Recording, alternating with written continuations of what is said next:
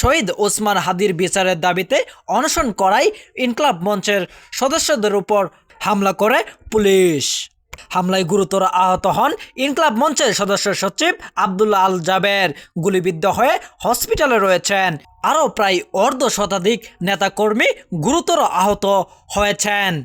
চলুন দেখে নেই কি বর্বরতা হামলা চালিয়েছে পুলিশ।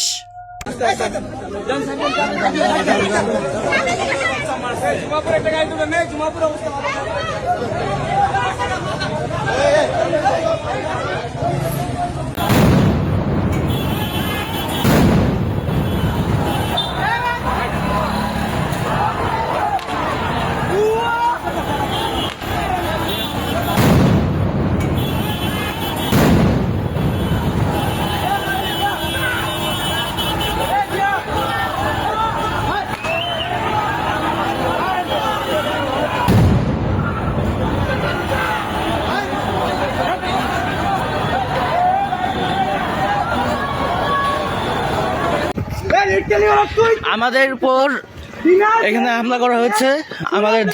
আমাদের জুমা শান্তাপুর গলা চিপে ধরা হয়েছে। তাদের টানা হেঁচড়া করা হচ্ছে। তাদেরকে টানতে বর্বর টানতে নিয়ে যাওয়া হচ্ছে। তাদের পায়ের থেকে ভোট দিয়ে পারাচ্ছে ওরা লিটারালি